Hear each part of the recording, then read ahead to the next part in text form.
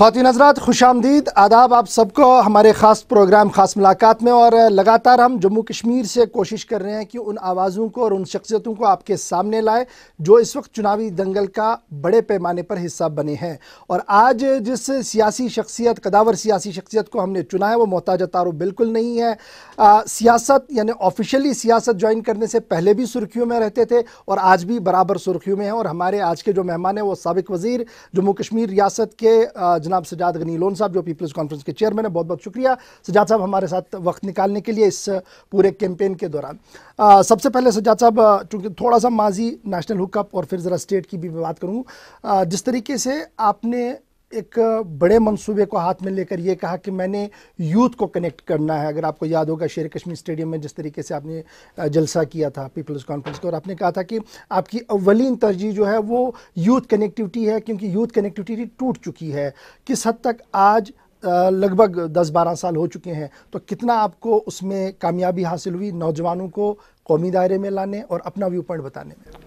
नहीं, partly I am satisfied कुछ हद तक, लेकिन बहुत काम करना है। जो यूथ है मुझे लगता है एलिनेटेड है पॉलिटिकली भी और विद इन पॉलिटिकल पार्टीज भी। हमें यूथ जो है नॉर्मली इलेक्शन के टाइम में याद आता है कि हमारी एक यूथ पार्टी भी है और इसमें हम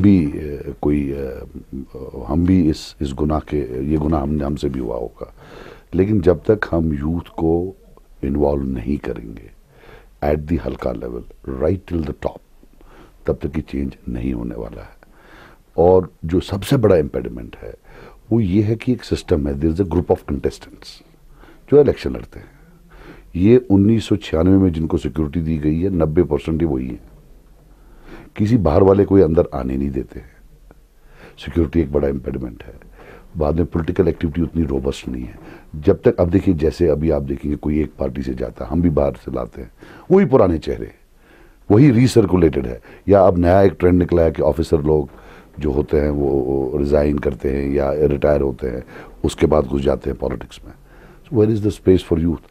what we have thought is that we will make youth, we will have youth units, लेकिन हम हर बॉडी में यूथ का कोटा, अगर ब्लॉक कमेटी है तो 40% यूथ जो हमारा ग्रुप है वहाँ वो नॉमिनेट करेगा। अगर ऊपर की बॉडी है तो टॉप लेवल में भी यूथ एक होगा, यूथ का अपना यूनिट होगा। So we are trying our best, लेकिन अभी बहुत काम करना है। अभी बहुत काम करना, और इसी काम के बीच में आप दिल्ली भी आए और दिल्ली में वज़ीर-ए-आज़म साहब से आपकी मुलाकात हुई। और मुलाकात के बाद जो आपका पहला इंप्रेशन बॉडी लैंग्वेज था वो ये था कि प्राइम मिनिस्टर साहब ने बड़े भाई की हैसियत से आपके साथ बात की, बात सुनी। लेकिन आज जब इलेक्शन ट्रेंड है और इलेक्शन के दौर से हम गुजर रहे हैं, काफ़ी बयानबाजियाँ चल रही हैं, तो क्या आज भी आपको पूरी वही उम्मीद है कि वज़ीर-ए-आज़म साहब जो उस वक्त थे जम्मू कश्मीर के पॉइंट ऑफ व्यू को लेकर, आपकी बात को लेकर, वो आज भी उस पर कायम है या उसमें कोई शिफ्ट है क्योंकि सियासत सामने है, इलेक्शन सामने है? नहीं, सियासत और उसकी बात नहीं है, लेकिन एक बात तो हकीकत है कि जो आइडियोलॉजिकल ओवरलैप नहीं है, उनका सोच, उनकी पार्टी का सोच जो कश्मीर के बारे में है, मुझे लगता है कि वो एक उस चीज में, उस सोच में अगर तब्दीली नहीं आती है तो यहाँ मुश्किलातें बहुत बढ़ेंगी। डेवलपमेंट अपनी जगह, लेकिन जो यहाँ आइडियोलॉजिकल इश्यूज हैं, नजरियाती मसले जो हैं, जिस तरीके से वो जा रहे हैं, ये उनकी पार्टी जिस तरीके से जा रही है, मुझे लगता है वो डिजास्टर्स है। हम अफोर्ड नहीं कर पाएंगे। एक दिन जेटली साहब ने बोला था पार्लियामेंट में कि अगर आप इंटरनल ऑटोनॉमी देते हैं, it is a post dated cheque for cessation. मैं आज कहता हूं कि जो आप कर रहे हो, it's a post dated cheque for cessation. You can not do it. आपको लोगों को अपनाना है। स्ट्रांग आर्म टैक्टिक्स नहीं चलेगी, आप नहीं कर पाएंगे। और हाँ, फर्क इतना ही है, इन सब ने स्ट्रांग आर्म टैक्टिक्स की है। अब जरा ज़्यादा वोकल ये लोग हैं। बाकी हम कश्मीरी में बोलते हैं यीड़ से चोप दिमा, वो वाले यीड़ से चोप देते थे, ये ज़रा ज़्यादा ओपनली जा रहे हैं, इससे लोग बहुत एलिनेट हो रहे हैं। तो अभी मरकज़ की पॉलिसी को सज्जाद गनी लोन साहब बहसती चेयरमैन पीपल्स कॉन्फ्रेंस के कैसे देखते हैं? जो एडॉप्ट टैक्टिक्स की गई है, जो पॉलिसीज एडॉप्ट की गई है, vis a vis military operation, people to people contact, या जिस तरीके से भी आप पॉलिसी को देखेंगे मरकज़ की पॉलिसी को? देखिए, मरकज़ की पॉलिसी पिछले 70 साल से यहाँ सेम है। अब प्रॉब्लम यह है कि कश्मीरियों का जो बड़ा प्रॉब्लम है, द रीज़न कि हमें कुछ नहीं मिला, जिसकी हमारी जो मेमोरी स्पैन है वो बहुत छोटी है, हमें 7 दिन से ज़्यादा याद नहीं रहता है। ऑपरेशन टाइगर भी यहाँ हुआ है, ऐसे ऐसे बहुत सारे और ऑपरेशंस हुए हैं, मैसेकर्स हुए हैं, जेल भर दिए, जोधपुर भेज दिया, जयपुर भेज दिया, सतना जेल भेज दिया, मेरे फादर को भी भेज दिया जोधपुर जेल, उनका हाल क्या वहाँ कर दिया। It is the same. अभी भी मरकज़ का प्रॉब्लम यह है कि उनको लगता है कि एंगेजमेंट पॉसिबल नहीं है, मैनेजमेंट पॉसिबल है। गलत है ये। आप एंगेज करिए, मैनेज कितनी देर तक आप करेंगे। और मैनेजमेंट में जो इनका बड़ा आता है ऑपरेशनल, विच इज़ मिलिट्री। साहब हमारे पास फौज है, हमें क्या प्रॉब्लम है? नहीं, गलत है, ये शर्मनाक चीज़ है। अगर आपको यहाँ रहने के लिए फौज की ज़रूरत पड़ेगी तो फिर ये कौन सा रिश्ता हुआ? They have to go for non military measures. और नॉन मिलिट्री मेजर्स में सबसे पहले आता है कि आप ये देखिए कि जी जो दफ़ा 370 या स्पेशल स्टेटस, ये कौम है, इनको लगता है कि साहब हमारी एक यूनिक आइडेंटिटी है, हम उसको प्रिजर्व करना चाहते हैं। तो कोई गुनाह है नहीं, ये तो सेसेशनिस्ट थॉट है नहीं। तो ये जो दफ़ा 370 को इरोड किया गया है पिछले 30, 40, 50 साल में, मेरे हिसाब से उनको रोल बैक करना is a non military measure. They should not look it as a defeat. जैसे इंदिरा गांधी साहिबा ने बोला था शेख साहब को, that the clock can't be turn back. This is not a clock, these are people, यहाँ लोग रहते हैं, उनके जज्बात हैं, एहसासात हैं। सो मुझे लगता है कि कोई भी गवर्नमेंट जो नहीं आए, चाहे कांग्रेस की आए चाहे बीजेपी की आए, they should look at engagement now and they should not pretend to engage. इनका है हम प्रिटेंड करते हैं एंगेजमेंट का, एंगेजमेंट कोई हो नहीं रही। तो जो माजी में एंगेजमेंट्स हुई हैं, चाहे इंटरलॉक्यूटर से पॉइंट हुए, राउंड टेबल कॉन्फ्रेंसेस हुई, हुर्रियत कॉन्फ्रेंस को दिल्ली बुलाया गया, आज दिनेश्वर शर्मा की भी अपॉइंटमेंट हुई, अभी पता नहीं है कि वो है नहीं है, लेकिन ग्राउंड पर एग्जिस्ट वो आए, यहाँ बात की, तो क्या उसे हम एंगेजमेंट नहीं माने? कहाँ हुई? देखिए राउंड टेबल कॉन्फ्रेंस हुआ, आउटपुट निकला नहीं। सी क्या होता है कि जहाँ वायलेंस होती है, जब आप नॉन वायलेंट मेथड्स इस्तेमाल करते हो, पीपल हैव फेथ। जब उनमें से कुछ निकलता ही नहीं है, people lose faith. That means you are incentivising, आप इंसेंटिव दे रहे हैं वायलेंट मेथड्स को। या तो आप करिए ही नहीं, नॉन वायलेंट होता है डायलॉग, या करिए ही नहीं। इसको भी बदनाम क्यों करेंगे? फिर लोग बोलते हैं डायलॉग से कुछ निकलता नहीं है। सो आप देखिए ना, इसलिए मैं बोल रहा हूँ, आप देखिए ये पिछले 30 साल को देखिए।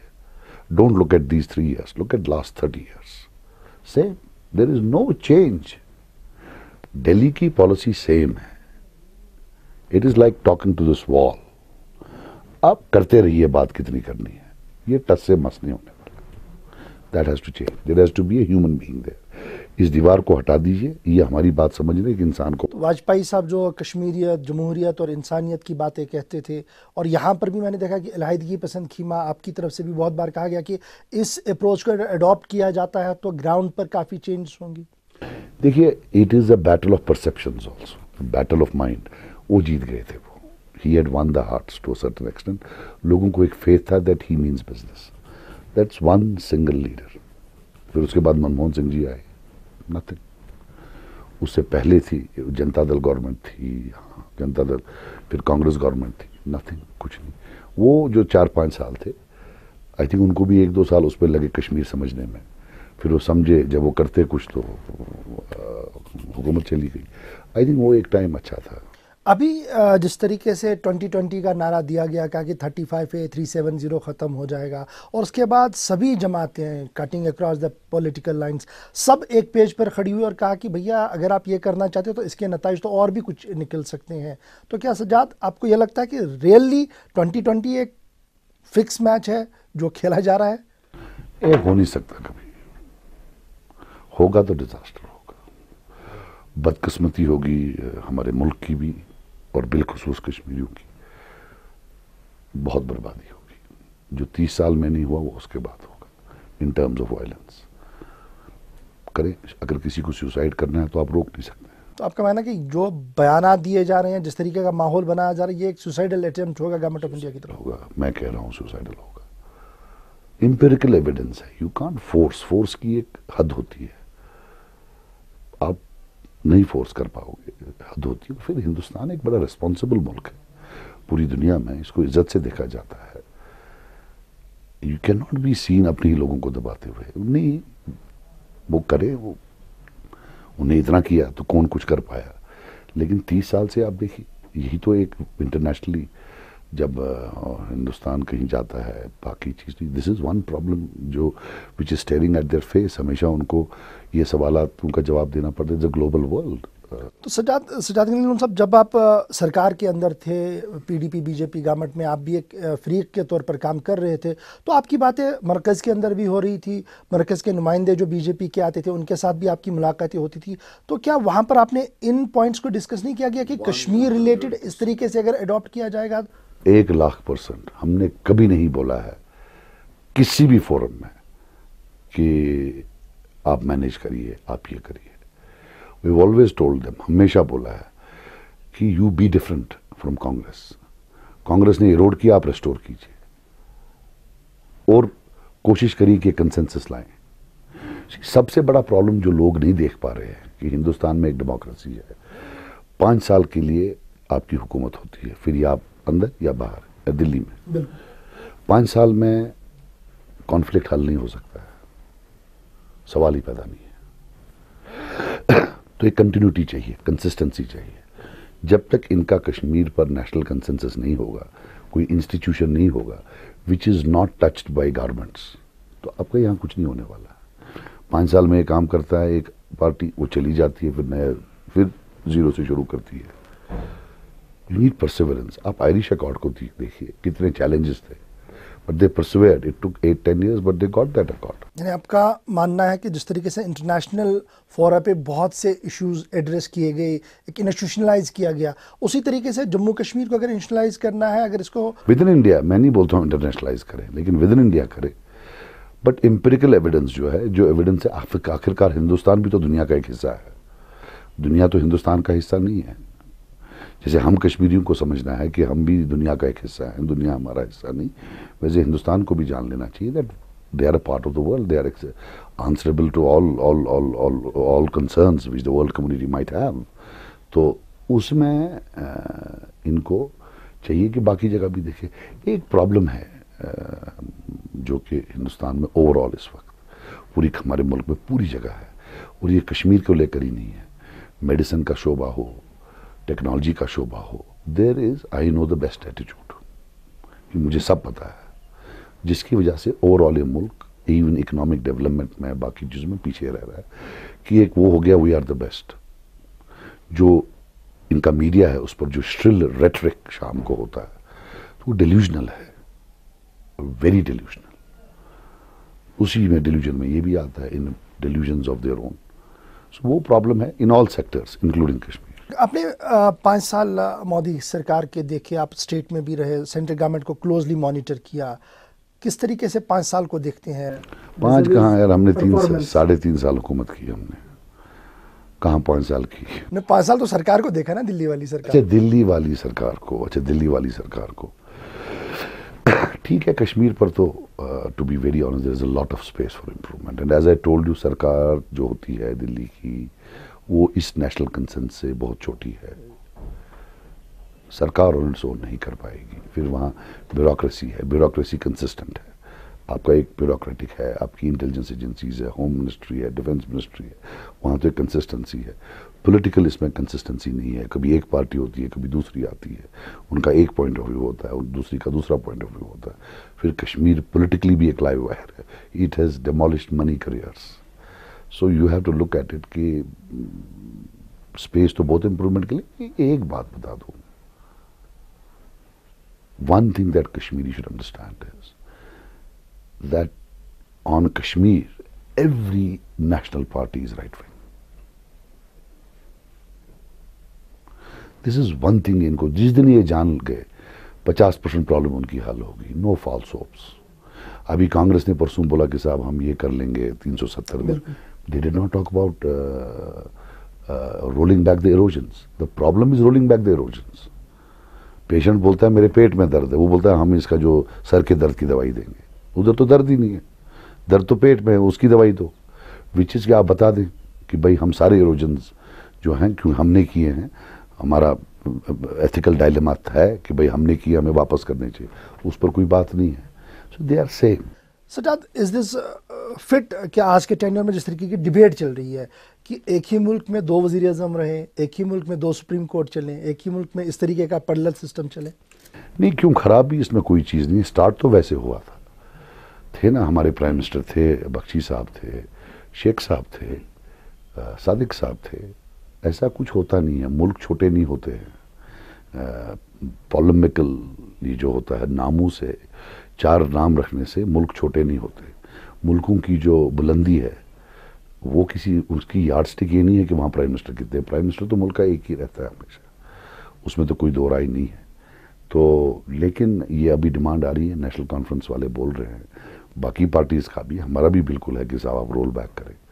तो लेकिन बस ये है कि जिन्होंने खुद इसको डिमोलिश किया है, नेशनल कॉन्फ्रेंस वालों ने, जब वो मांग करते हैं तो थोड़ा सा अजीब सा लगता है कि ये क्यों मांग रहे हैं, इन्होंने तो खुद बर्बाद किया हुआ है। मांगे तो हम मांगे या बाकी पार्टीज हैं वो मांग लें, ये काहे को मांग रहे हैं, इन्होंने तो खुद उसको दफन कर दिया है। आजकल स्टेट की अगर मैं बात करूं तो इलेक्शन का दौर चल रहा है, पार्लियामेंट इलेक्शंस में हर एक लीडर बोल रहा है और वादों की बरसात भी हो रही है। नेशनल कॉन्फ्रेंस लगातार रेस्टोरेशन ऑफ ऑटोनॉमी की बात करें, इस तरीके से आप कह रहे हैं, पब्लिक सेफ्टी एक्ट पर वो बात कर रही हैं, जीएसटी को रोल बैक करने की वो बात कर रही हैं। जिस तरीके से वो बातें कर रहे हैं, क्या आप अब खुद मेन स्ट्रीम के हिस्सा है और ख़ुद आपने देखा है कि ये किस तरीके से सिस्टम चलता है, ये जो बातें कही जा रही है, क्या ये पॉसिबल है कि फिट कहीं पर बैठकर कोई कर सकता है इसको? देखिए, मैं आपको एक बात बताऊं, ये दोनों पार्टीज, डायनेस्टीज जो हैं, दो खानदान जो हैं, they are the best separatists when out of power and they are the most cruel mainstreamers when they are in power. Omar Abdullah के माथे पर 2010 का दाग है और मैडम के माथे पर 2016 का दाग है। आज वेस्ट बंगाल में किसी को थप्पड़ मारे कोई तो उमर साहब के दिल को लगती है, लेकिन जब 2010 में उन्होंने कश्मीरी बच्चों को मारा तब उनके दिल को नहीं लगी। What a shameful thing.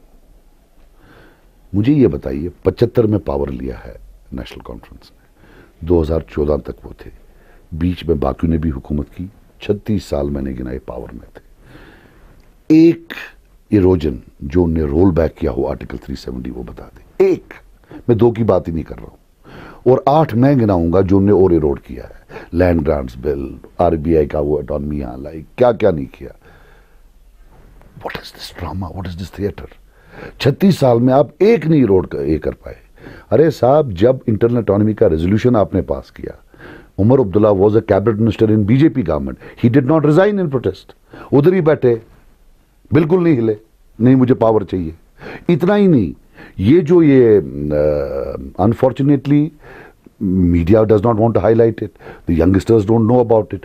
The biggest problem is the surrender of 1975. एक 71 का सरेंडर था, वो नहीं, मैं 75 के सरेंडर की बात कर रहा हूं। जो शेख साहब थे वो ex prime minister of J&K थे। जब उन्होंने, सीधी सी बात है, अगर कोई डीएसपी है उसको एसएचओ बना दें, वो नहीं बैठेगा वहां, बोलेगा ना लो मैं नहीं जाऊंगा। ये एक्स प्राइम मिनिस्टर थे, इन्होंने चीफ मिनिस्टर का हल्फ उठा दिया। मीन्स उन्होंने रेटिफाई किया कि हाँ अब प्राइम मिनिस्टर की जरूरत नहीं है, अब चीफ मिनिस्टर का मैं ओहदा लेने के लिए तैयार हूं। और वो दिल्ली की मजबूरी थी, he was the last living prime minister, they wanted a living prime minister to take oath as the chief minister and he took it and then he was a tall leader. उसका हल्फ उठाना as chief minister माने का रखता था।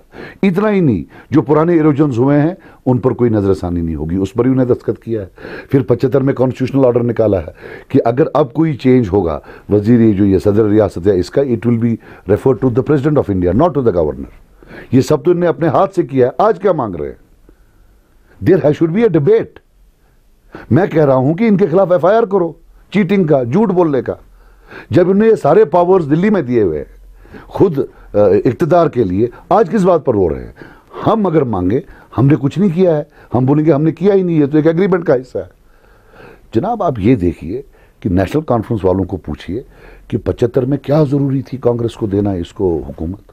Militancy थी नहीं, strife थी नहीं, एजिटेशन थी नहीं, सिर्फ ये था कि उन्हें रेटिफिकेशन चाहिए था और उसके बदले में, जो कि वो एमएलए भी नहीं थे शेख साहब तब, उनको इक्तदार दे दिया गया। इतना ही नहीं, अब 96 ले लीजिए, वो भी लोगों को याद नहीं है। 96 में आपको याद होगा, 96 से पहले नरसिम्हा राव ने एक बयान दिया, anything is possible under the sky, sky is the limit, which at that time meant internal autonomy, and they were in touch with some separatist leaders कि भाई इंटरनल ऑटोनॉमी की बात चल रही थी, because Kashmiri leader including national conference कोई election लड़ने के लिए तैयार नहीं थे। इतना भी था, देयर वर एमिसरीज, देखिए मैं एक बड़ी कंट्रोवर्शियल बात कर रहा हूँ बिकॉज मैं इसका खुद गवाह हूँ, there were emissaries from separatist government, separatist leadership, जिन्होंने फारूक अब्दुल्ला साहब को कन्वे किया कि प्लीज थोड़ी पेशेंस रखिए, शायद ही आपको इंटरनल ऑटोनॉमी देते हैं, आप इम्पेशेंट मत हो जाइए। उन्हें बोला, कसम कुरान पर बोला, नहीं मैं नहीं लड़ूंगा election. One fine day TV पर देखते हैं ये जाके मिल रहे हैं और बोल रहे मैं इलेक्शन लड़ूंगा। 75 में दे साइंड इट अवे, 96 में चांस था, बिकॉज ऑफ सैक्रिफाइसेस लोग मर रहे थे, they were victims of Farooq Abdullah, because Farooq Abdullah had rigged 87, उसमें जो स्ट्राइफ उठी उसमें लोग मारे गए, उनके एवज में हिंदुस्तान दे रहा था इंटरनल ऑटोनॉमी। फिर उन विक्टिम्स का walked over their dead bodies, उनकी लाशों पे चढ़कर एक election which was gifted, it was a gift, there was no election in 1996। कौन सा इलेक्शन हुआ 96 में? इनको गिफ्ट दे दिया गया और फिर इंटरनल ऑटोनॉमी जो है उसको दबा दिया। अब क्या मांग रहे हैं? जब तब नहीं मिला आज कौन देगा आपको? 1200-1500 लोग नहीं आते हैं आपके जलसों में या मेरे जलसों में, why should government of India give it to you? 300-300 लोगों की आप जलसे कराते हैं, जहां 50,000 से आप 500 आदमियों पर पहुंचे, क्यों देगा आपको गवर्नमेंट ऑफ इंडिया? जब तब था 1996 में, जब सेंटिमेंट हाई था, सैक्रिफाइसेस का एक सैंक्टिटी थी उस वक्त, तब आपने उठ के इलेक्शन लड़ा और ले लिया। ये मिलेगा, ये मिलेगा, लेकिन इनके हाथ कभी नहीं मिलेगा। ये मिलेगा जब इंशाल्लाह रेजोल्यूशन होगा, उसके लिए सेपरेटिस्ट लीडरशिप है, जब भी होगा उनको दे देंगे। इनको क्यों देंगे? इनको तो पावर दिया हुआ है हमेशा, जब देना है। और देखिए एक और चीज बता दूं, मैं कहता हूं, मैं डिमांड करता हूं इसकी, लेकिन दो उनको, हमारे हाथ से ये गंदा हो जाएगा, बिकॉज हमारे पर इक्तदार की मोहर लगी है। हमारे हाथ में मत दो, इनके हाथ में दो, इनके हाथ से लोग लेंगे, हमारे हाथ से दोगे वो गंदा हो जाएगा। बड़ी बात आप बता रहे हैं। यस, मैं बता रहा हूं, क्योंकि यार मैंने तो 3 ही साल किया, इनने तो कोई 40 साल किया है। गवर्नमेंट ऑफ इंडिया ने ये कहा कि एक बड़ा स्टेप वो ले रहे हैं रेस्टोर पीस करने के लिए, और फिर उन्होंने जमात पर पाबंदी लगाई, जेकेएलए पर पाबंदी लगाई, एनआईए की छापामार कार्रवाइयां चल रही हैं। इस पर इन दिनों उमर अब्दुल्ला साहब और महबूबा मुफ्ती साहब जबरदस्त हंगामा कर रहे हैं, कह रहे हैं कि नहीं होना चाहिए, अगर हम इख्तियार में आएंगे हम तो रोकेंगे। सज्जाद साहब कैसे देख रहे हैं उसको? मैंने भी बोला है, बिल्कुल ये बैन है ना, ये tried tested and failed formula है। जेकेएलएफ हो या जमात हो, चाहे कुछ भी हो, इस in this context where violence is everywhere, they are non violent,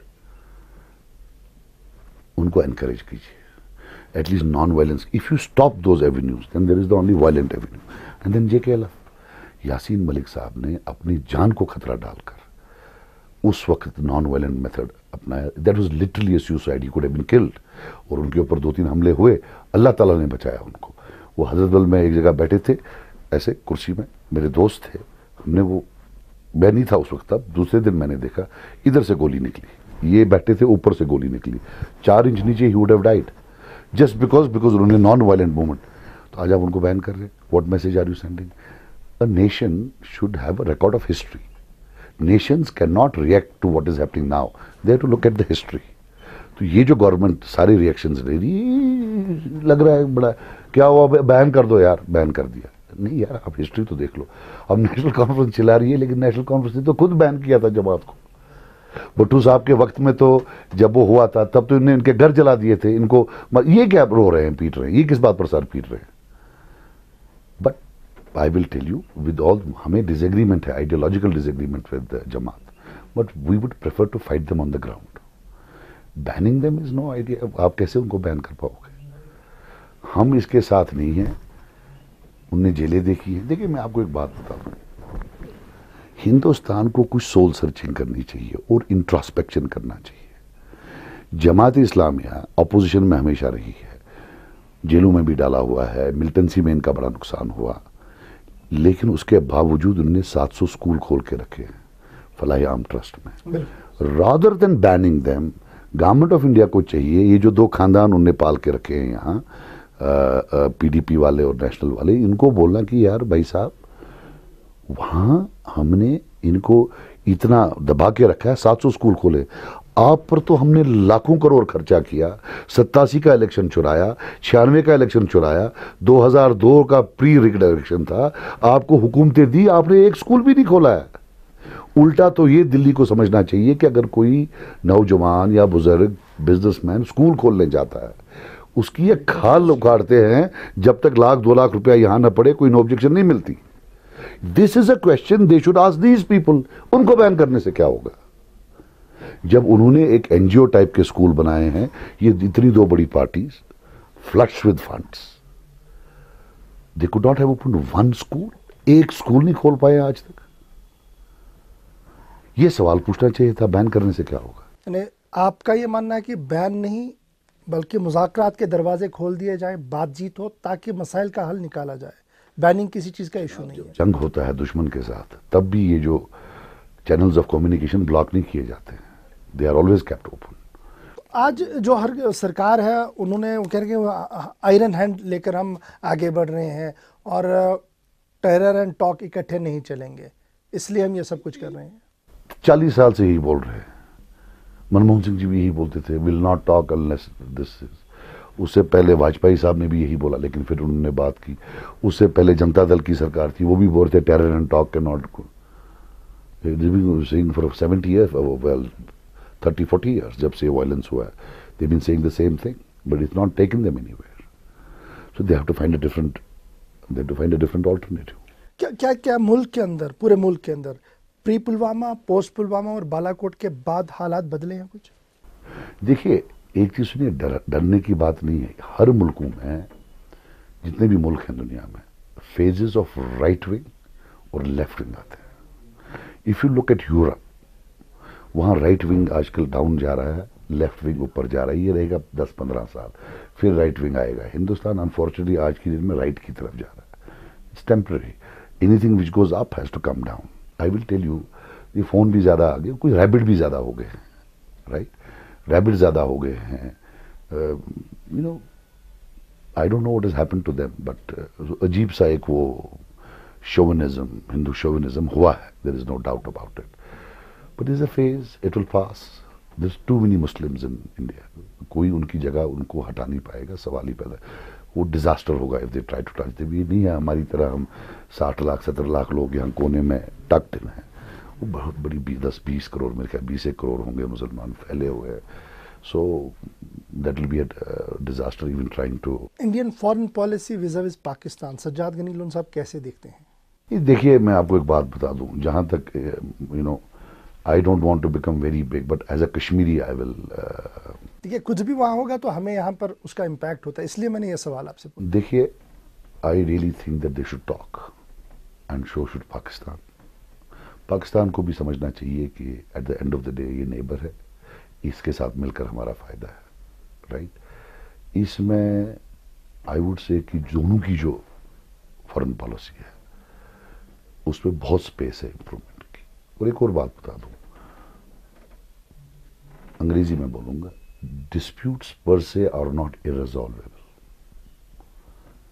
Statesmen make them resolvable or irresolvable. Whether it's India or Pakistan, you are waiting for a statesman here and a statesman there to resolve this issue. It is resolvable. But we are waiting, the elusive wait is कि statesman कब यहाँ आएगा और कब वहाँ आएगा।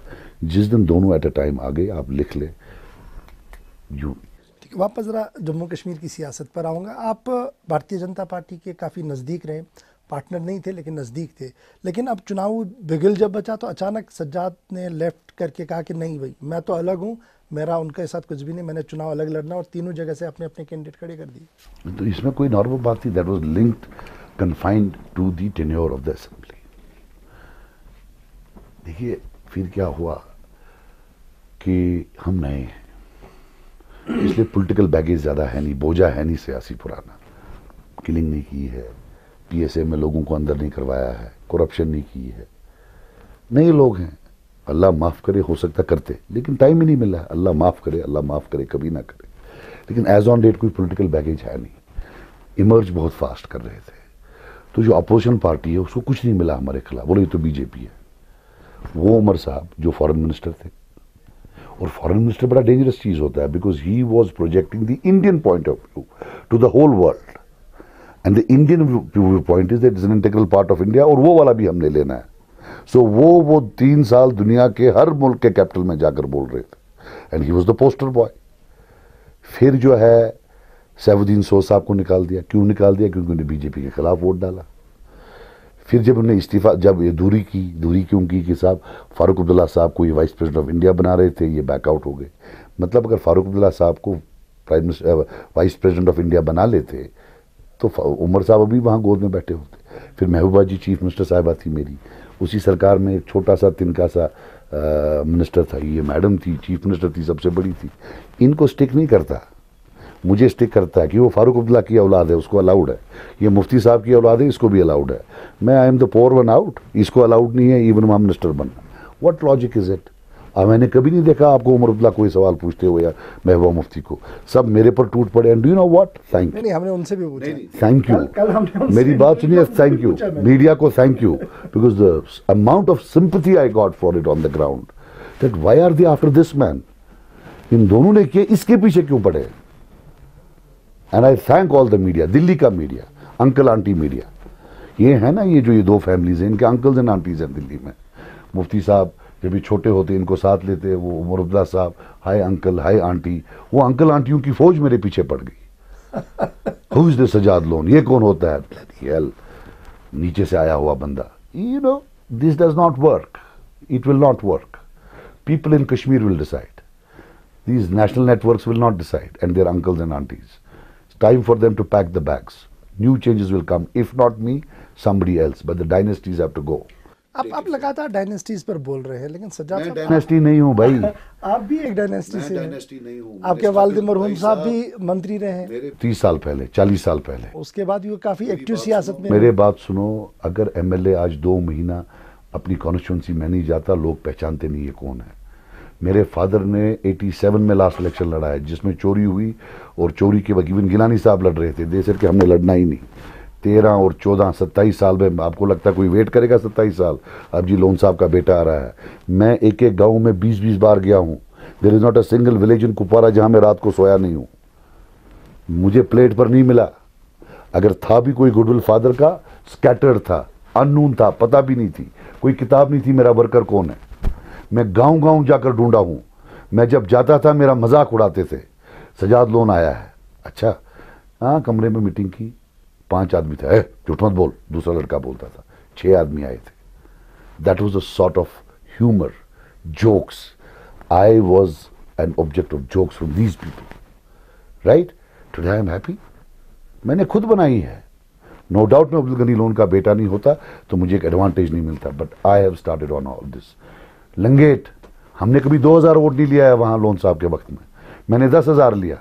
हंदवारा में 17,000 नहीं लिया कभी, 17 से ज्यादा नहीं लिया, जीत के बावजूद भी। मैंने 30 लिए। इवन व्हेन यू काउंट के वोट कितने इंक्रीज हुए थे, उसमें मोहिद्दीन सूफी साहब हमारे साथ थे, वो चले गए थे। 12,000 हमने कुपवारा में लिया। मैंने 25,000 लिया। हाँ, जैसे अपना निजामुद्दीन साहब, ये मेरे फादर के प्रोटेजे थे, ये भाग गए। हक साहब भाग गए, आप समझिए। बाकी बेग साहब थे, ये भी चले, पहले ही चले गए थे। इनने कुछ लिया, वो था कहाँ? मैंने पीस साहब, मुझे ग्रूम नहीं किया गया है।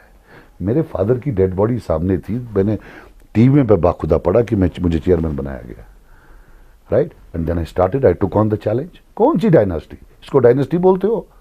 मार मार के मेरी हालत खराब कर दी इंट्रोगेशन में, उसको डायनास्टी बोलते हो आप? ये जब मैं यहां आया लड़ने, वो कौन सी एजेंसी थी? पिछले इलेक्शन में बोलते थे ये हुर्रियत वाला है, इसको वोट दोगे तो जेल जाओगे, गांव के बालाई इलाकों में। इसमें बोला अब नहीं जी, अब ये बीजेपी वाला है। ये क्या मजाक है? From one and to another and they used to write us off. एक डिस्कोर्स था कि नहीं, he is from that camp, इसको जीत। Because what happens, I will tell you, जब सेपरेटिस्ट कैंप से कोई आगे लड़के जीतता है तो आपको लगता है इट्स एक ये होता है, it's a victory of democracy. But on the other hand, the message that goes to the Western world is कि भाई इन separatists के पास भी public support है, which they don't like. So you have everybody against you that he should fail. And then, यार आप मेरी बात सुनो, उमर अब्दुल्ला बोलता है ये दिल्ली का है। उमर अब्दुल्ला साहब के बायोडेटा में अगर आप बीजेपी माइनस करो, 1996 का इलेक्शन माइनस करो, वो कहां होता? एक इंसान जिसकी पार्टी के लिए 87 का इलेक्शन की चोरी की गवर्नमेंट ऑफ इंडिया ने, 1 लाख लोग मर गया और भी क्लोजर नहीं हुआ, अभी भी मर रहे हैं, राइट। फिर उसके बाद 96 इनको प्लेट में दिया, फॉरेन मिनिस्टर बनाया। वो बोल रहा है आई एम दिल्ली, मैं I am here despite Delhi, I know it. मुझे क्या क्या सहना पड़ा। एक बार लड़ा जमानत जब्त, और अब मजे की बात बताऊं, मैंने 66,000 वोट लिए, 68,000 पर जमानत जब्त नहीं होती थी, 66। फिर हमने कैंडिडेट उठाया, 73 पर जमानत नहीं जब्त होती थी, 71। कोइंसिडेंस मैसेज कि भाई साहब हमें जमानत जब्त करनी भी आती है। 2000 से तब, 2000 से अब। I have never brought these facts. और जब मैं लड़ रहा था हंदवारा में, ये जो ये एनसीपीडीपी वाले ये जब आपस में बहस करते थे, शर्त इस पर नहीं होती थी कि सजाद लोन जीतेगा या हारेगा, दूसरे पर आएगा या तीसरे नंबर पर। That was what it was, such a campaign, slanderous campaign against मी।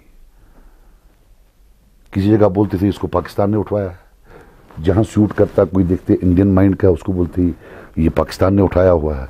जहां देखते कोई आइडियोलॉजिकली, इसको आईबी वालों ने उठाया है। दैट नॉनसेंस जो यहां टिपिकल ये होता है। मैं जिंदा कैसे हूं वो भी नहीं मुझे पता। The sort of venomous campaign they started against me, it's a miracle that I am alive. ये बच्चे नहीं हैं।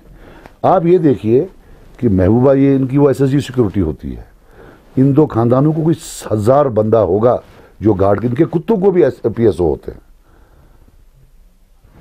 Z+ है मुझे, आपको कोई Z+ लगी? यहां स्टेट पॉलिसी है, deterrent security is for these 2 families. बाकी कोई मरे कोई जिए, किसी को कोई लेना देना नहीं। These are the 2 families that they want. तो कहीं ना कहीं तो फिर मरकज की वही पॉलिसी है ना, जिसको आप लेकर पहले कह रहे थे कि वहां पर सही नहीं है कुछ भी, तो फिर वही तो नहीं है कि इसलिए आज का जवान आपसे दूर है, मेन स्ट्रीम से दूर है, क्योंकि ये बातें उनके पास भी है। मेरे पास आने लगा है, उनसे दूर बहुत है। आप देखिए, एक बात बताऊं, इंटेलिजेंस इनपुट्स आते हैं रोज, आपको खतरा है, कल इनपुट हुआ, ये हुआ, ये हुआ। मैं फिर भी अपने लोगों में होता हूं, अरे क्या लड़ेंगे, 400 बंदा आगे होता है, 1000 बंदा, 1000 फुट का फासला होता है, फिर तार बांधी होती है, फिर ये 10 बंदे लेकर वहां तकरीरें कर रहे होते हैं। Look at the distance. हम रिस्क लेते हैं। एक चीज बताऊं भाई, मेरे जैसा या मैं या मेरे जैसा कोई जो लोगों में बैठा हो, यहां से धक्के मार रहे, कोई मेरे से तुला सेल्फी, मेरे से इधर मेरे बालों को पकड़ना, जिस दिन यहां आया ये तो गए, ये याद रखना। बिकॉज ये तो मोनार्की है। महाराजा हरि सिंह साहब के बाद ये 2 आए। एमएलए अपने वोट लेकर आता है, बाहर 3 घंटे खड़ा होता है, क्यों जी महाराजा अंदर है, फोन के साथ खेल रहे। What is this? New change आना चाहिए। कि वो चेंज आई, यही तो सवाल मेरा था, चेंज आएगी कैसे? आप कह रहे हैं कि मरकज के अंदर अभी सेट पॉलिसी है, वो यहाँ होने नहीं देते। आए ना हम 2 सीट लेकर, आज 3 पार्लियामेंट, 2 असेंबली सीट लेकर आया था। आज 3 पार्लियामेंट सीट पर इंशाल्लाह कांटे की टक्कर दूंगा, 3 के 3 पर। ये देखे ना, क्वांटम जंप किया ना, डिस्पाइट ऑल ऑड्स। काफी चीजें बोल नहीं सकता हूं अभी भी। सो कॉल्ड कौन सी यहां गवर्नमेंट की सपोर्ट है, मुझे जरा बताओ, इतना सा बताओ, कौन सा सपोर्ट है? बंदे उठाए हैं